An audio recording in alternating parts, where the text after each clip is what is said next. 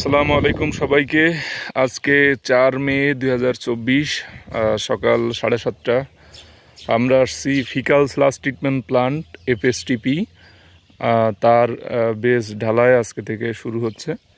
তো এখানে আমরা রড চেক দিব আজকে, রডের লেন্থ, রডের ডায়া, রড বিওকিউ স্পেসিফিকেশন এবং ড্রয়িং অনুযায়ী রড বাড়ছে কিনা সব কিছু চেক করা হবে।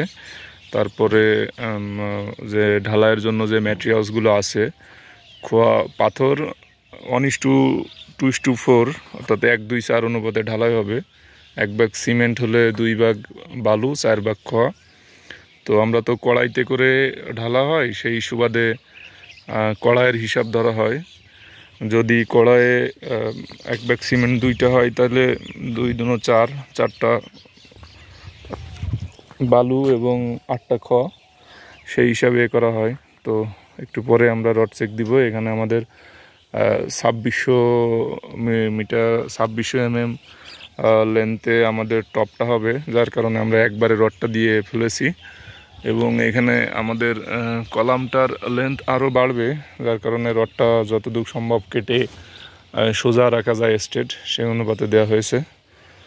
আপনারা দেখতে পাচ্ছেন এখানে বেজের রড লম্বা স্ট্রেট বরাবর এবং চওড়া বরাবর দেওয়া হয়েছে, এবং প্রত্যেকটার হুক দেওয়া আছে 1 ফিট করে।